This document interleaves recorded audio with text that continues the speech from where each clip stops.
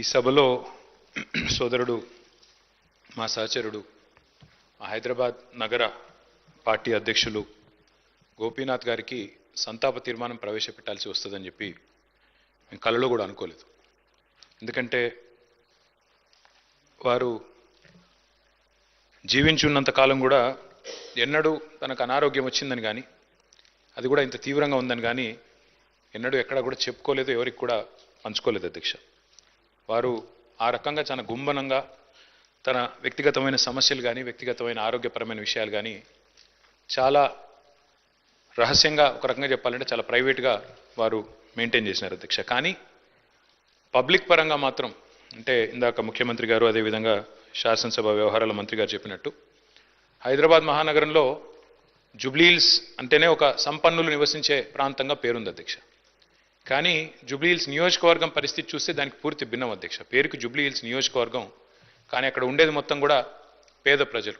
ఎందుకంటే పేరుకి జూబ్లీహిల్స్ నియోజకవర్గం అయినప్పటికీ అక్కడ ఉండేది బోరబండ, రేమత్ నగరు, షేక్పేట, ఎర్రగడ్డ, వెంగళరావు నగరు, ఈ రకంగా మొత్తంగా ఒక బస్తీలు, స్లమ్స్తో కూడిన ఏరియా అధ్యక్ష. హైదరాబాద్లోని హైదర్గూడలో 1963లో ఇక్కడే హైదరాబాద్ మహానగరంలోనే గోపీనాథ్ గారు జన్మించినారు అధ్యక్ష.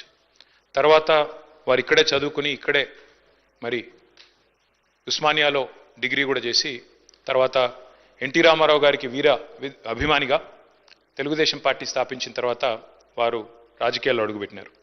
నాకు బాగా గుర్తుంది అధ్యక్ష, మేము చిన్నప్పుడు మన ఎమ్మెల్యేలకు ఇచ్చిన క్వార్టర్స్ ఏవైతే ఉన్నాయో బషీర్బాగ్లో, అక్కడ మా కుటుంబం అంతా ఉండేది. పెద్దలు కేసీఆర్ గారు ఆనాడు శాసనసభ్యుడిగా ఉన్నప్పుడు మొట్టమొదటిసారి 85లో న్యూ ఎమ్మెల్యే క్వార్టర్స్లో నివాసం ఉండేది అధ్యక్ష. మేము కూడా అక్కడే ఉండేది.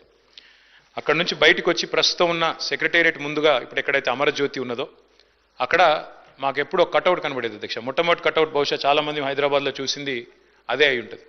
ఎన్టీ రామారావు గారి నిలువెత్తు కటౌట్ పెట్టి కృష్ణుడి రూపంలో, రాముడి రూపంలో పెట్టి కింద రాసి ఉండేది అధ్యక్ష, మాగంటి గోపీనాథ్ అని చెప్పి రాసి ఉండేది. ఒక రకంగా చెప్పాలంటే హైదరాబాద్లో ఈ కటౌట్స్ కల్చర్ కానీ, రకంగా చెప్పాలంటే ఆనాడు తెలుగుదేశం పార్టీ అధికారంలో ఉన్నప్పుడు ఈ రకంగా మరి ఒక పర్మనెంట్గా ఒక కటౌట్ తనకంటూ ఏర్పాటు చేసుకున్న నాయకుడు మాగంటి గోపీనాథ్ గారు. వారు చాలా క్రియాశీలంగా ఉండేది అధ్యక్ష రాజకీయాల్లో. చిన్న స్థాయి నుంచి కూడా మరి మొదటి నుంచి కూడా చాలా క్రియాశీలంగా విద్యార్థి దశ నుంచి కూడా రాజకీయాల్లో ఉన్నారు. తెలుగు యువతలో పనిచేశారు. ఒక పార్టీ, ఒక నాయకుడిని నమ్ముకుంటే చివరిదాకా వారు ఒకసారి ఎన్టీ రామారావు గారి నాయకత్వంలో నడిచారు. తర్వాత తెలుగుదేశం పార్టీ ఇక్కడి నుంచి మాయమైన తర్వాత వారు కేసీఆర్ గారితో కలిసి మరి కష్టం వచ్చినా నష్టం వచ్చినా మరి 2 సార్లు కేసీఆర్ గారి నాయకత్వంలో ఎమ్మెల్యేగా గెలిచి మొదటిసారి ఎన్టీ రామారావు గారి పార్టీ తెలుగుదేశం పార్టీలో 14లో ఆనాడు మరి గెలిచి తర్వాత మరి టీఆర్ఎస్ నుండి కూడా 2 సార్లు ఎమ్మెల్యే అయినారు అధ్యక్ష. ముఖ్యమంత్రి గారు చెప్పినట్టు హ్యాట్రిక్ కొట్టడం ఎమ్మెల్యేలకు అంత సులువు కాదు అధ్యక్ష.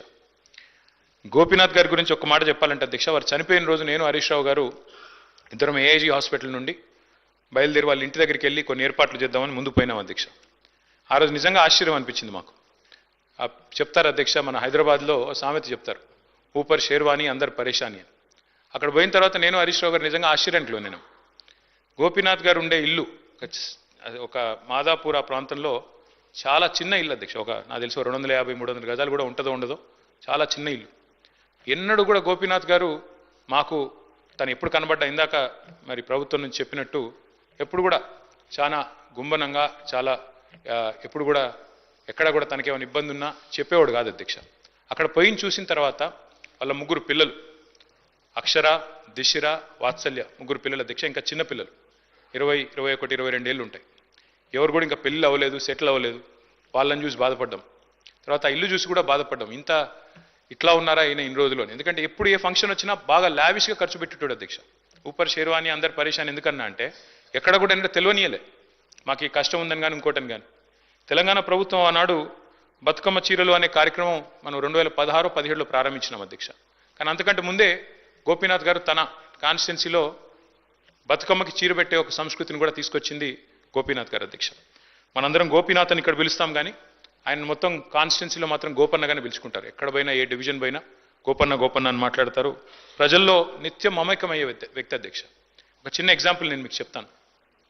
రేమత్ నగర్ డివిజన్లో ఎస్పీఆర్ కాలనీ అనుకుంటా, ఎస్పీఆర్ హిల్స్ ఏదో ఉంటుంది అధ్యక్ష అక్కడ పేరు.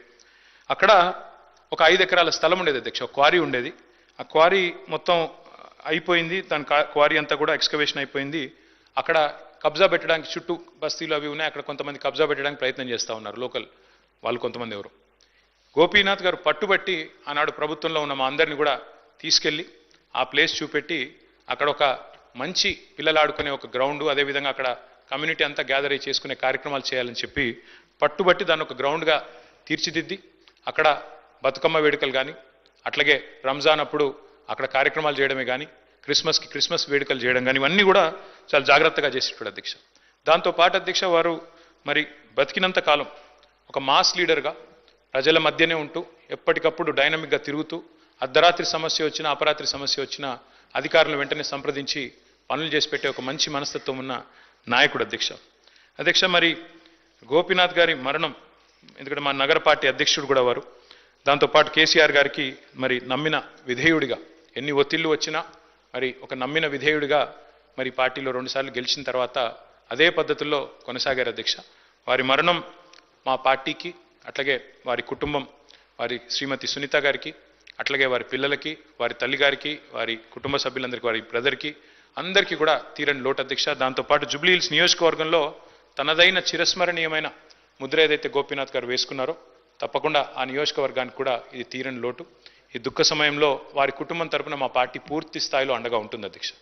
పార్టీ కుటుంబాన్ని గతంలో కూడా ఎట్లా అయితే వివిధ మా సహచరులు మరణించినప్పుడు ఆ కుటుంబాలకు అండగా నిలబడ్డామో, ఎట్లయితే గట్టిగా ఆ కుటుంబాన్ని కాపాడుకున్నామో, అట్లాగే మాగంటి గోపీనాథ్ గారి కుటుంబం కూడా మరి పూర్తి స్థాయిలో గోపన్న లేకపోయినా వారి కుటుంబాన్ని సంపూర్ణంగా ఆదుకునే బాధ్యత, పూర్తి స్థాయిలో వారిని చూసుకునే బాధ్యత మా పార్టీ తీసుకుంటుంది. మరి ఈరోజు శాసనసభలో వారి సంతాప తీర్మానంలో ప్రసంగించే అవకాశం రావడం విషయంలో బాధను వ్యక్తం చేస్తూ ఈ శోకాతప్త సమయంలో వారి కుటుంబానికి, అదేవిధంగా వారి అభిమానులకి, అదేవిధంగా కార్యకర్తలకు కూడా వారికి మనోధైర్యం భగవంతుడు ప్రసాదించాలని కోరుకుంటూ తమరికి ధన్యవాదాలు. I request Minister for Agriculture, Sri Tummala Nageshwara.